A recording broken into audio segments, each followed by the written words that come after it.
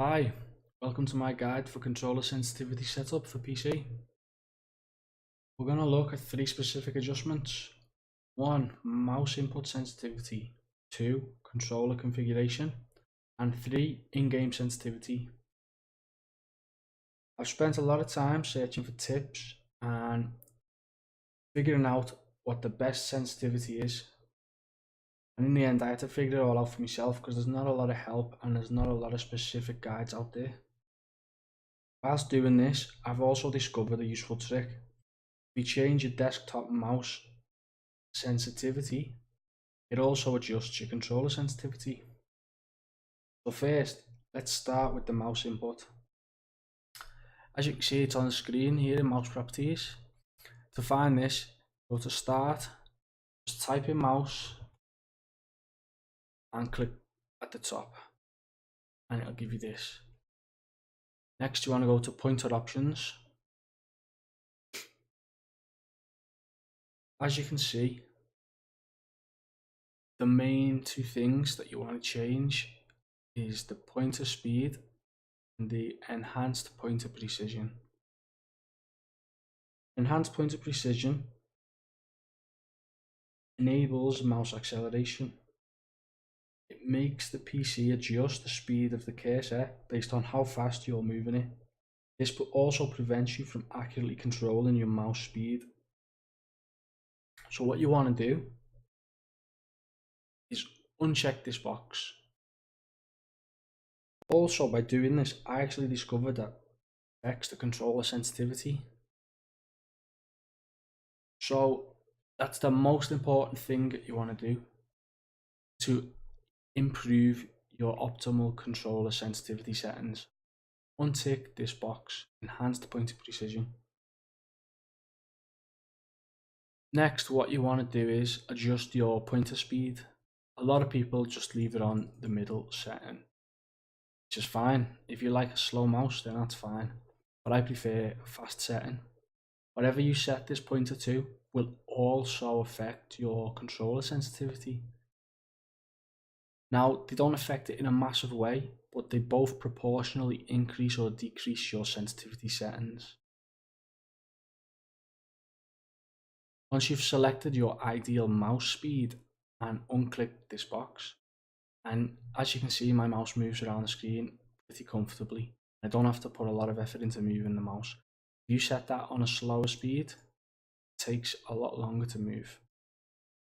Once you've unclicked this box and chosen your pointer speed, click apply and click OK, and it's done. Next, what you want to do is configure your controller. Now, when you plug your controller in, you might get a prompt which tells you it's plugged in. And what you want to do, go to start, and the best way to do it is just type controller, and at the top you should get set up USB controllers. Click this and it'll show you what controller you've got plugged in. Mine's an Xbox 360 controller. So you go to properties and you go to settings and you want to click calibrate. Now what this will do is it'll calibrate your controller specific to how sensitive the buttons are. If you've got an Xbox One controller compared with an Xbox 360 controller, you've actually got different controller button sensitivity. So you'll need to calibrate these differently. And if you change controller, you'll need to recalibrate.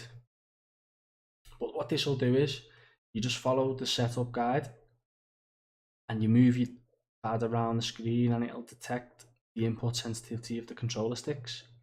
Now, if you accidentally push your stick left while pushing it slightly on an angle, when you press left on your game, it won't actually go left. You'll have to very carefully adjust your X and Y axis sensitivity so that when you're pressing the stick up, down, left and right, it doesn't waver from the directions and goes directly where you want it to.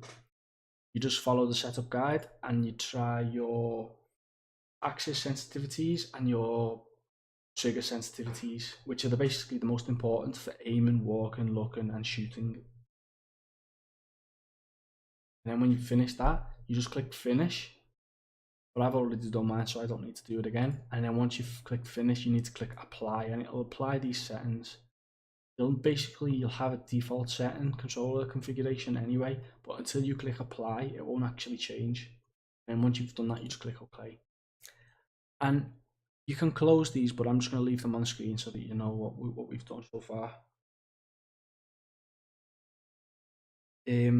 Both Xbox 360 and Xbox One controllers have different dead zone sensitivity settings for the sticks, which is very important, but we'll get to that in a moment. Once you've completed both these steps, we're going to go to in-game sensitivity settings, and these will differ for every type of game that you've got. I'm using Pubg at the moment because this is the one I play. You can also adjust these settings on an Xbox, but you won't actually get controller configuration and mouse pointer settings as well.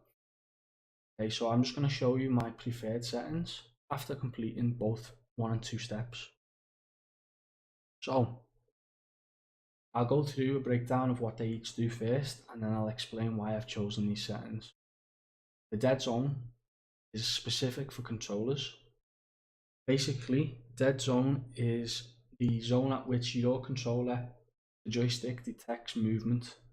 If you've got it set to 0 and you've got an old controller, springs might have gone in the control a little bit, and it'll automatically pick up any type of movement. And in most cases, you'll be playing the game, and if your dead zone's on 0, your game itself, in the game, your character will wander left, right, whatever direction the sensitivity needs altering. Now, if you put it on 100, you'll have to physically input the controller more than what you would on a lower sensitivity setting. So basically, it just detects the input of your joystick more easily or more difficult. I like to put it on 20 because my Xbox 360 controller has got a couple of like loose springs, so it's more sensitive than a normal controller. But I did try it with an Xbox One controller, and the dead zone was completely different. So whatever controller you decide to use, you'll have to configure it yourself, and then you'll have to adjust the in-game settings differently. You'll just have to figure out what's the preferred setting for you. These ones on the screen are my preferred settings. General sensitivity is the sensitivity at which your character is going to look left and right, walk forward and backwards. And this again, you're just going to have to figure out your preferred setting. I find that if you've got a big screen, you need to put your sensitivity higher in order to turn more. If you've got a small screen and your aspect ratio is different, you can put this setting lower and you won't need to turn so fast. But with a big screen, you need to turn faster, so the sensitivity setting needs to be increased. It also affects your hip fire aim. So if it's too high, it's very inaccurate. If it's too low, same again, it's hard to follow a moving target. So I find that 8 is perfect. Vehicle driver sensitivity is not so important, but if you put it up, you'll turn more quickly and more sharply, and if you put it down, it'll take longer to turn. Targeting sensitivities, the hip fire sensitivity when you increase the zoom. Now, if you're using a controller, you press the left trigger in once, it'll put your scope into ADS. If you press it again, it'll take you out of ADS. But if you hold the trigger down, it'll put your zoom on your general direction of looking. For instance, if you're going to hip fire a gun and you hold the left trigger, it will just increase that zoom a little bit. Now, I don't use this very often, but at the moment I'm currently using 10. But whatever you feel is comfortable. It's basically just an increased zoom on your general sensitivity.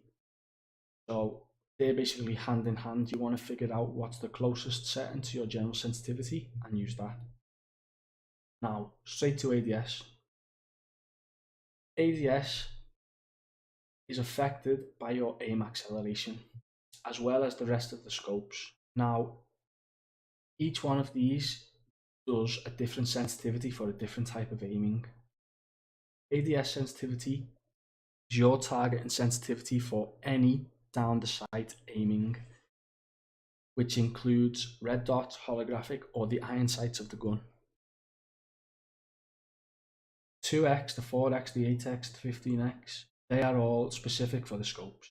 You'll need to figure out your preferred sensitivity for each one.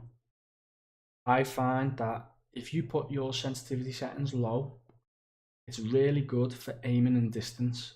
You'll be able to track moving targets at distance, and you'll be really accurate when it comes to fighting people 100 meters, 200 meters, 300 meters, whatever. But if you come up against an opponent who's really close, you need to adjust this and set it up to a higher sensitivity in order to track your target and adjust your recoil sensitivity.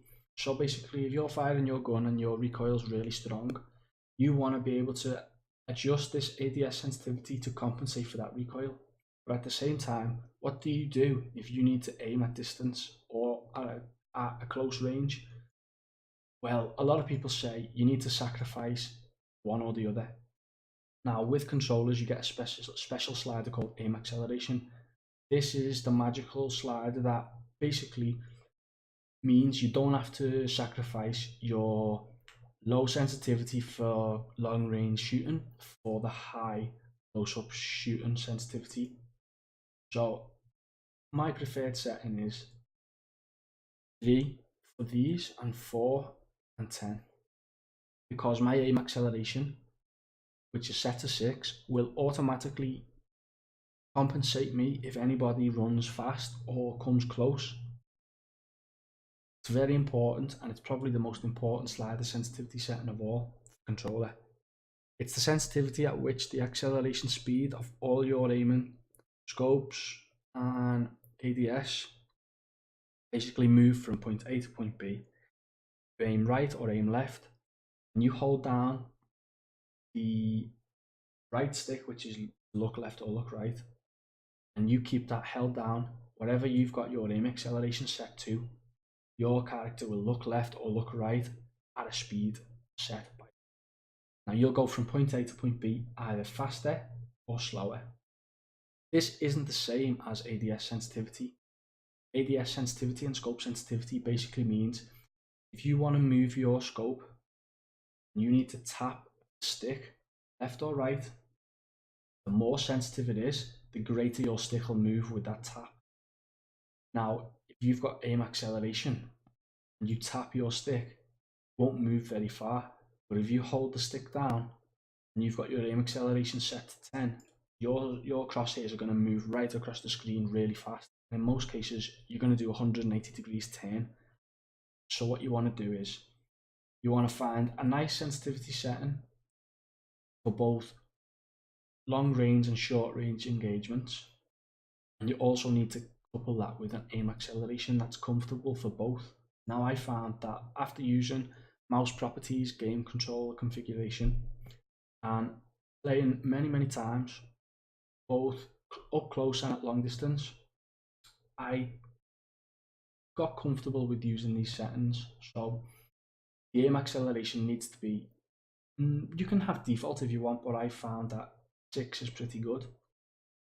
Now it'll enable me to snap to a target that's in front of me, both with the normal ADS and my general sensitivity.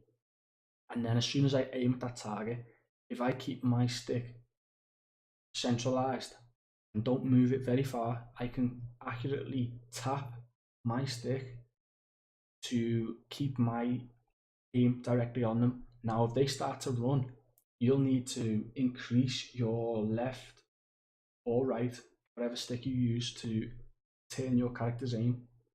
You'll need to increase your pressure on that stick. And the more you increase it, faster the acceleration will go. So if somebody's running across the screen, you need to push that right stick right across, left or right, and the acceleration will accelerate and keep track of that target. Now you need to figure out what's the ideal acceleration for you. So aim acceleration is the most important because it doesn't mean you've got to sacrifice that long range or short range sensitivity setting. You can keep long range ADS at low sensitivity, which means you're very accurate, and then This acceleration will basically feed your accurate control to keep track of moving targets better. So once you've selected your settings, just give them a test. Maybe the ones you pick are perfect for you, maybe not. Just trial and error. But these I found are pretty good for me using an Xbox 360 controller. If you use an Xbox One controller, you'll probably have a different sensitivity dead zone on your joysticks. You'll probably have to adjust these better to compensate for the controllers give. Now, at the moment, aim acceleration is currently broken since the last update, when we got those three times scope and a 6 times scope sensitivity slider. And as you can see, we don't actually have them on our controller settings, which is really bad because currently the default settings are too strong and they're unplayable. So we need to wait for an update. And currently, we don't have a vertical sensitivity slider, which I was really looking forward to when they said they were going to add one in. But they didn't give it to controller settings. As you can see at the top, mouse and keyboard's got that 6 times scope, 3 times scope, and the vertical sensitivity multiplier, which would be really helpful to have in the controller, but we just don't have it. At the same time, they managed to break aim acceleration. When it's on 0, you get 10. And when it's on 1 to 10, you get nothing at all. So hopefully they'll fix that soon. But at the moment, if you want to configure your settings, I recommend these settings on the screen. I mean, they're perfect for me, but they might not be perfect for you. So it's a good starting point. Aim acceleration is the most important setting. So you need to find the aim acceleration setting that's comfortable for you. A lot of people play with 0. I'd recommend not playing with 0 because you always need that little bit of acceleration. Now, I hope you like this video and I hope it's been useful for you. If you like it, like, subscribe, and if you don't, like and subscribe. Hopefully I'll be able to bring you some other content in the future. Thanks very much. I hope you've been entertained and I hope I've helped you out. Bye.